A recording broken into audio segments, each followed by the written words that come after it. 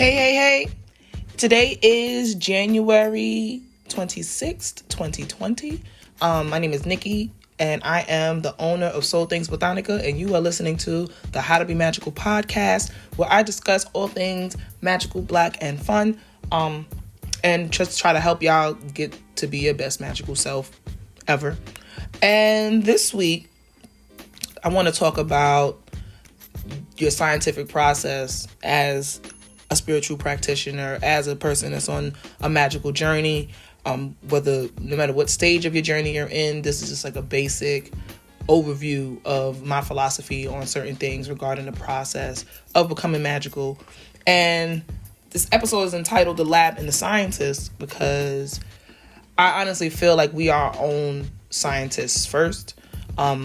Before we know anything, we are constantly in the process of learning, of discovery, of testing, of receiving feedback, of adjustment, of alignment. So I just think about this in a scientific way because I'm a nerd and science is my first love. And I think it is important to just think that, I think it's important to look at things from a scientific and sometimes even a very technical standpoint when we're talking about things that could be a little bit hard to explain or seemingly intangible.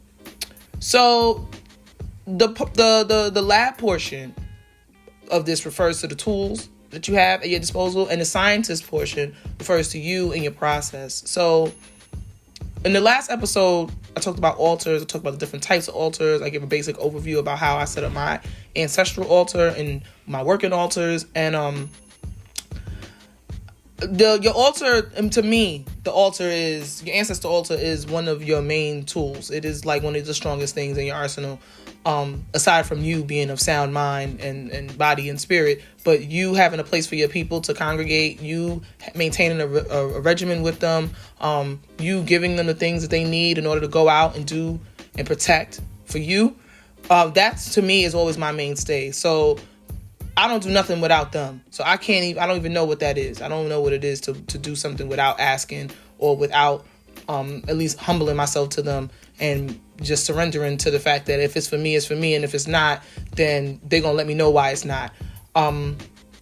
So some of the basic things that I think that, a lot of people, sometimes it's overwhelming. You're online, you're seeing so many things, there's so many offerings, people are selling all kinds of this, that, and the third. Sometimes it's just hard when you're starting out to be like, okay, what should I spend my money on? What should I buy? And I think that a lot of the times, we can get caught up in marketing and we can get caught up in a big name or something that's popular. But some of the stuff that I use is, when I say some of the things I'm about to tell y'all, we talking about grocery store, right? Like people make fun of Dollar Tree, witches or whatever, I guess. But listen, grocery store, discount store, 99-cent store. I be racking up, right? It's very rare that I have to go into a botanica for something unless it's something very specific. But I usually don't spend a lot of money there or time there. I'm usually in the grocery store. So some of my basics, and then I'll go over what I use them for in the process part. But like for just to have, like some of the things that I'm like, I just keep in the house at all times. Cascarilla. Now cascarilla is eggshell, powdered eggshell mixed with holy water. And it comes in these little cups, if you're familiar with it. Sometimes they look like little like fat pieces of chalk. And then sometimes they come in a cup, like a paper cup, like where you get ketchup at a fast food restaurant.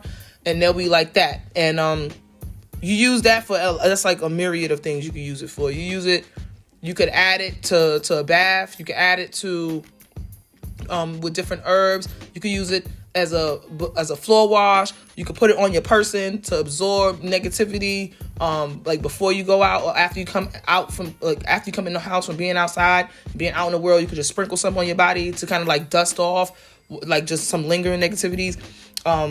It's good to bless things with. It's just great. It's really inexpensive. They'll be like 2 for $1, maybe sometimes 3 for $1 if you're lucky. And it's just a really good way to something simple to add. I also use a lot of eggs.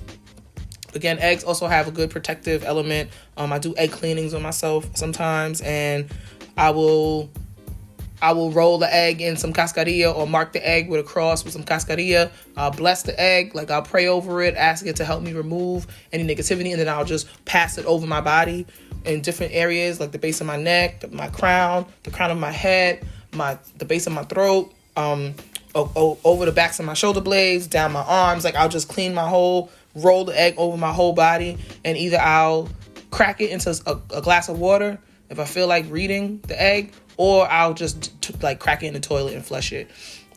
White candles are also good. You have your pillar candles, like your 7-day candles in a glass. There are different types of 7-day candles. I understand that every candle that is marked as a 7-day is not a 7-day. For me, the true 7-day candles are the ones with the horseshoe on the bottom. Those are the what's the name of the place? Oh, there's a horseshoe on the bottom, and the name is escaping me right now, and it's gonna come to me. But there's a company that has these candles with the horseshoe on the bottom, and those to me are true 7-day candles. The ones that sometimes at the discount store may sell, they'll be a little slimmer in diameter or whatever. Crusader candles, I'm sorry, that's the name of the company. Crusader Candle is the name of the company, and that's who has the horseshoe on the bottom. So yeah, every 7-day candle is not the same, but those are the ones that I trust to be actually 7-day candles. And then there's chime candles, or like penny candles, or like the little stick candles. They usually, again, $4 for $1, $2 for $1. Stick candles that come in a bunch of colors. I always like to keep white in the house just because it's just good in case you just need a white candle really quickly to do something. And yeah, that's it pretty much for the 99-cent store things that I could get from the 99-cent store. Well, no, I'm lying. What else? Incense, right? Like I like to keep a bunch of different incenses. I'll have the stick incense and I'll have the rock incense. I like dragon's blood incense. I love copal incense. I love frankincense. A lot of people burn sage. If you follow me for a while, you know I don't really burn sage like that. I used to sell it on the site a couple of years back, but I stopped. And I don't really rock with sage too tough because I use other things to do the same thing that people use sage for. If you want to cleanse a room of negative energy, you could always use garlic skins or onion skins to cleanse a room. Those are plentiful. Those are sustainable. And again, like I said, you don't have to go anywhere special. You can go to the grocery store and get an onion and a bulb of garlic, and you could use the skins and put them on a hot charcoal. Also keep charcoal for the incense, for the rock incense. But yeah, those are very simple things. Now, other things that you could possibly get in the food section. Coffee is great for a number of magical workings. You can use coffee to accelerate things. Like if you want to speed something up, you use coffee. You can put it in baths. It's a good fortifier. Like if you're doing boundary work, it's a good way to just establish a boundary. Like put that coffee there, nice and strong. Honey is a great additive from a number of workings. I like to use them in sweet baths, of course. Milk as well, and I use different types of milks too, because sometimes I just want the representation of something white and creamy. So I will use oat milk, almond milk, cashew milk. I don't necessarily always use cow's milk. Coconut milk is a great one. Coconut is also another great thing to keep in the crib. Coconut is good for everything. I always like to just have at least one coconut, one fresh coconut. If you can't get actual coconut, you can get the coconut in a can. You got to go with what you got sometimes. But if you can get a fresh coconut, it's always good to have fresh coconut. Use the water, and then you take the pulp out. Sometimes you can boil the pulp down. You can make your own coconut milk if you want. It's good. Coconut is a good bath for abundance. It's a good tool to use for abundance and for prosperity as well. Oranges are great in baths. Oranges are great to put on your altar as offerings. Oranges are just great. Like orange rind, orange peel, the juice, the pulp of the orange. There's just so much that you could use an orange for. And then when you get to the herb portion of things, bay leaf. I love bay leaf. It's affordable. You can find it everywhere. Like, again, we're talking about grocery store conjure. You can find it everywhere. And bay leaf is really good for prosperity and abundance. Bay leaf is also good for protection as well. But for prosperity and abundance, you want to rock with your bay leaf. You want to keep your bay leaf on hand. Rue is a great herb for protection, for banishing, for repelling things. It's good for boundary works. Rue is great. If you can find it fresh, even better. Again, we're not shaming people if they can't find stuff fresh, right? Like, depends on where you live. You can't, some things might be hard for you to access. Sometimes you might only be able to buy things online or buy it in bulk. But if you have access to certain things that are fresh, or if you have the capacity to grow your own things, it's even better, because now you're having a relationship with that plant that you're using. And it's less hands that it has to pass through. Now, this is you and the herbs working together. That's actually one of my goals for this year, is to have my own little herb garden in here, because I have a lot of things that I want to grow. But, I have a lot of herbs that I use all the time, and I want to be able to just have them in my house fortified for when I'm ready to use them. So I love rue. I love rosemary. Rosemary is also another one when you're trying to just keep yourself feeling abundant. Keep yourself feeling fortified. Keep yourself feeling like the universe has a lot to offer. Rosemary is great. Mint. Yes, mint. Mint is good for your money. I love mint for my money. I love using mint for my money. I love using mint in my attraction works. I love using mint in my love works for myself. Like, I like mint. And mint is very energizing too.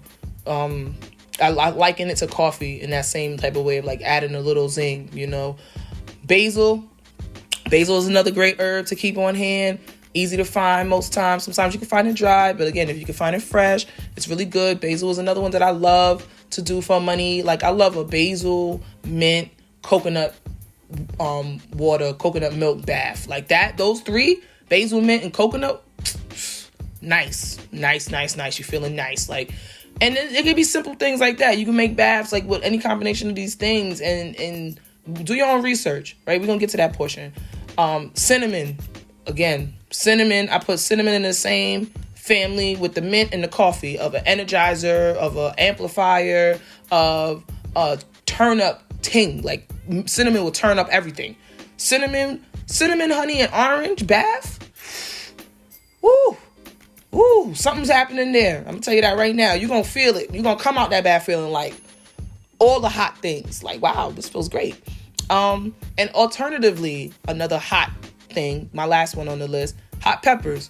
Hot peppers are great when you are doing boundary works and protection works and repellent works and, keep away evil and all them things. You want something hot to get it moving. You can use cayenne pepper. You can use actual hot peppers. I like Scotch bonnets because I'm West Indian, so I always like a good Scotchy pepper. But there's so many other kinds, dried peppers, like chilies, like there's a lot of different peppers, but something hot. So that's like my basic overview of things. And then other things that I like to keep on hand, of course, rum, tobacco, and brown paper bags. Those three things, we're good to go. Honorable mention, blue, anil. Anil is good for cleaning things, for cleansing things. It's great to put in baths. It's great to put in floor washes.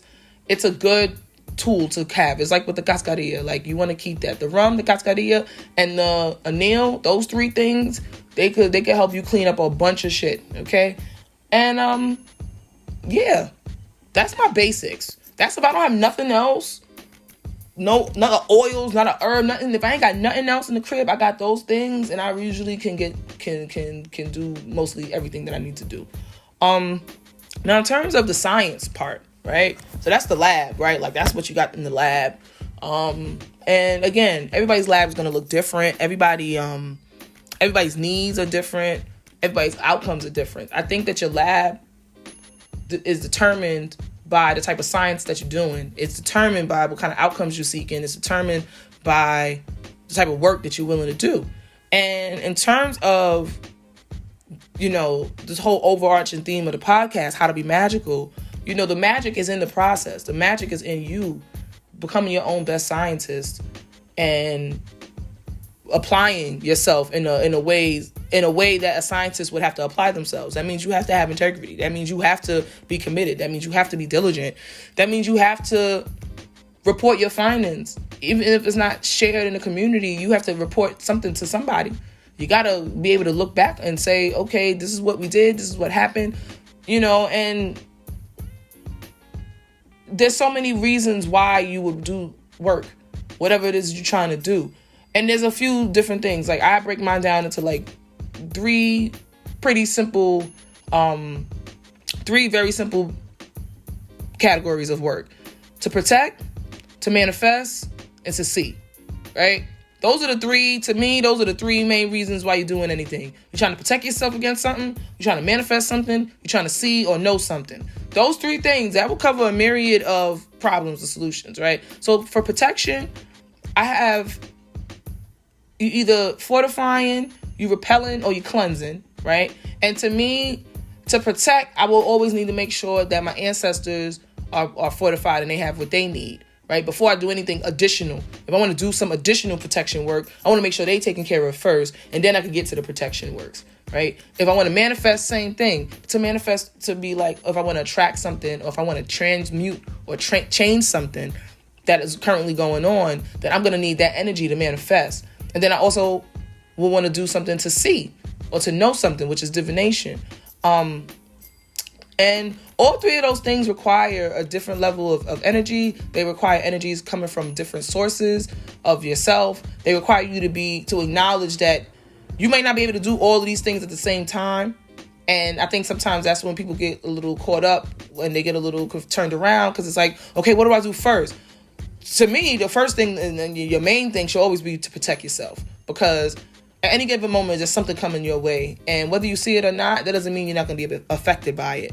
And your protection is so that way you can move forward in your world and manifest, right? Because at the end of the day, you are the most powerful spell that's ever casted. You are the most powerful works, that you will ever invest in. There's no candle that's going to replace you and what you're able to bring. The candle's only there to amplify, if that's what you're using the candle for. The candle's only there to help you gain clarity. The candle's not doing anything that you are not doing or that you don't have. There's nothing that the candle is going to do for you that you ain't already doing for yourself. I just want to put that out there, because sometimes when you see certain people selling things or hawking things or whatever it is they're doing, you got to understand that there's only a few categories that people and their product is going to fall into. And you got to know what it is that you need from it before that person can try and, tell you, oh, this product is going to do this for you. You got to be thinking like, okay, you know what?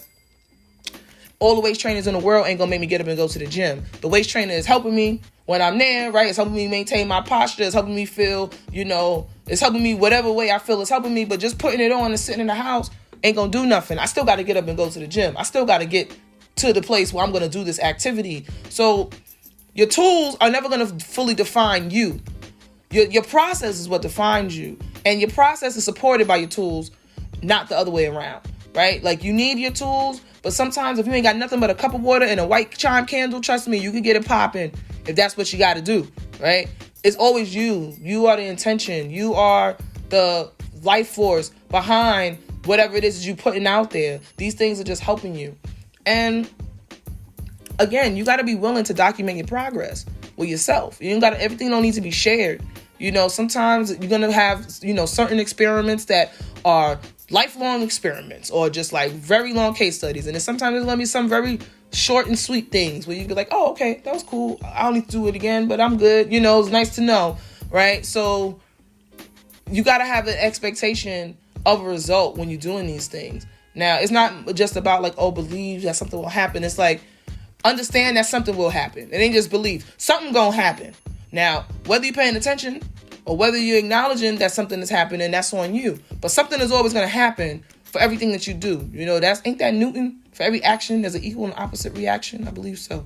There is, for every time you light a candle, you're sending out a wave. That's gonna ripple back to you. Now, how it ripples back and what it ripples back as, it's up to you. You're the only person that's really gonna know what that means and what that work is and what that has done. And then that's great. I love documenting my progress. I love looking back on old readings that I did and been like, wow, okay. And then looking and seeing the cards that come up and observing how the cards change over time based on what's going on in my life, and being like, yo, I could see a whole story. Like, in the moment, I didn't really see what was going on. But now that I'm like a couple of months, a couple of years removed from it, I could be like, oh, okay, I understand that clearer. In this moment in time, how can I use the information I already acquired? How can I use the findings that I've already concluded and apply it to what I got going on right now and help me advance my situation even further? When you find that you are doing the same type of work for however long and nothing is moving, you got to determine, okay, what do I need to switch up? What's the variables? That's the science, right? If you want to do self-love work, but you want to like not actively physically do the things that you know that you could do to help you love on yourself more, and then you just think that just lighting a candle is going to do it, it's not going to do it. Like, you have to physically do something. You got to shift something around. You got to move things around. You have to change your perspective on certain things. Otherwise, the work that you're doing is just going to be just lighting a candle, doing a bath, and, saying the same things every new and full moon, That's why after a while, I start to see certain stuff where it's like every full moon, it's like, release what no longer serves. It's like, okay. Enough of that, all right? How much, come on. Every month we're going to say the same shit? Nah, like, you should have your own thing that you're like, all right, this month I'm working on this. And for the next 21 days, the next 30 days, I want this to happen.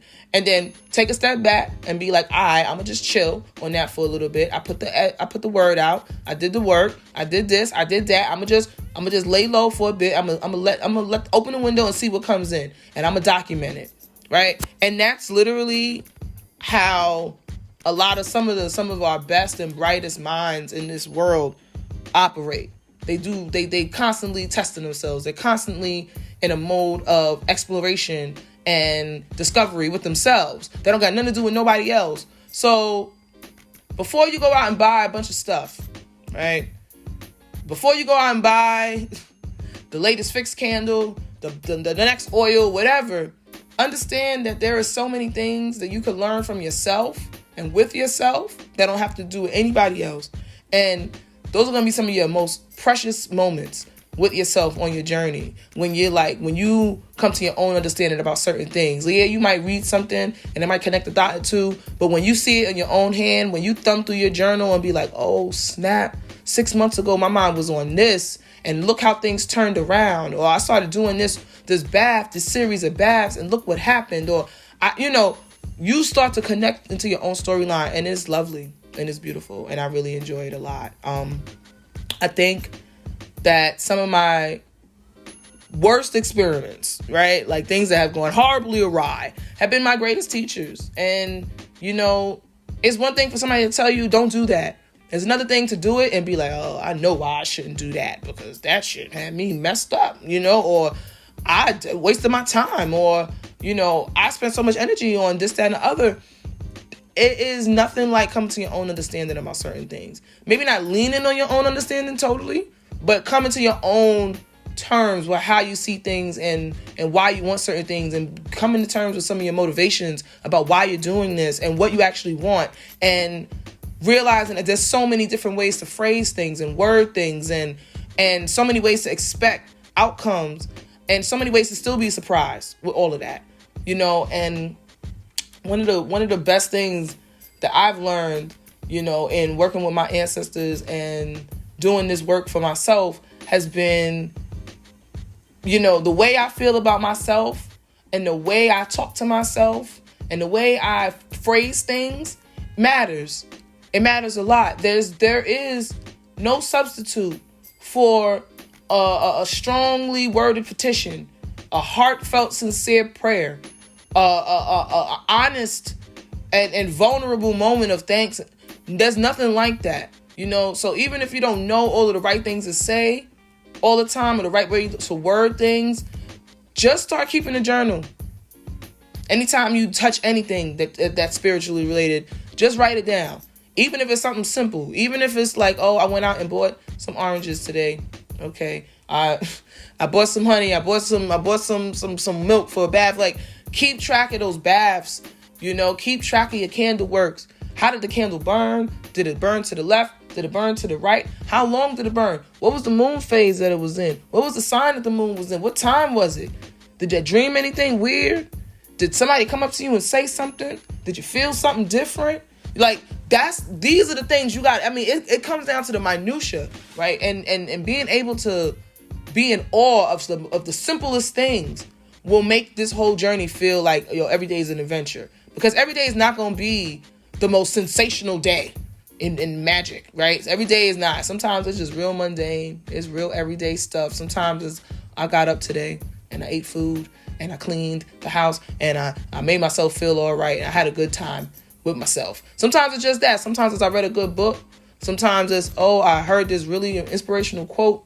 Sometimes, I found this great, this great channel on YouTube that I never discovered. But wow, this is great. Like, sometimes it'll be the most simple things that come across your path, but don't discount them, because these are all part of the journey, right? Even the good, even the bad, even the bad things, even the things that are weird and annoying, even the things that are upsetting to you, aggravating to you, those can all teach you something, and those can all be catalysts for your growth.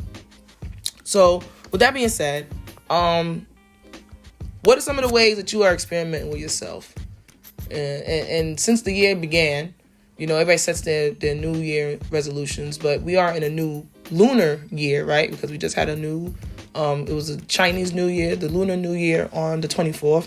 So we are in a new year, right? So now it's like we have two, celebrations this month. Like, we had the actual 2020, the Gregorian calendar New Year, and now we got the lunar calendar New Year. So what are some of the things that you learned about yourself since January 1st? And what are some of the experiments that you're going to be conducting with yourself moving forward? What are some of the ways that you want to see yourself change this year? All right. And share it with me when you hear this. Send me a message. Tag me in a post. But I'm interested, because some of you guys know I do have some journals available. I'm working on some other ones, but right now I have a candle journal and I have a dream journal. And I made those because, like I said, I like to just keep track and document and log everything that's going on. And sometimes I don't get to log everything. Sometimes life comes at you fast, right? But sometimes when I have time and I really got the time and the energy, I can just document as much as I can. I have a lot of notebooks and things like that. But I think it's important to document just for yourself, to have you maintain your own archives, be your own scientist, be your own historian. Because there is going to be a point in time where somebody behind you is going to, that information that you thought was so mundane, keeping, a journal about a candle, you never know how that could help somebody in coming after you. And even how you never know how that information might be beneficial to you in the future. So again, what are some of the ways that you want to document and change? And what are some of the ways you want to transform, yourself and your practice this year? Let me know. So with that being said, this has been the 6th episode of the How to Be Magical podcast. This one is entitled The Lab and the Scientist, because it is important for us to stay committed to the science of the spirituality that we are, the roads that we're walking on. And my name is Nikki, and I am the owner of Soul Things Botanica. You can find me online at soulthingsbotanica.com. You can find me on social at Soul Things BK. You can also find me on Twitter these days at XDecadent. I will have some more information about the journals and things like that on my stories. You can follow me on my stories. You can follow me on Instagram. I'm also on Facebook. Thank you for everyone that has been subscribing. Thank you for everyone that has been listening and sharing and commenting and giving feedback. I really appreciate it. I love you all. And until next time, keep it black, keep it beautiful, and stay magical. Peace.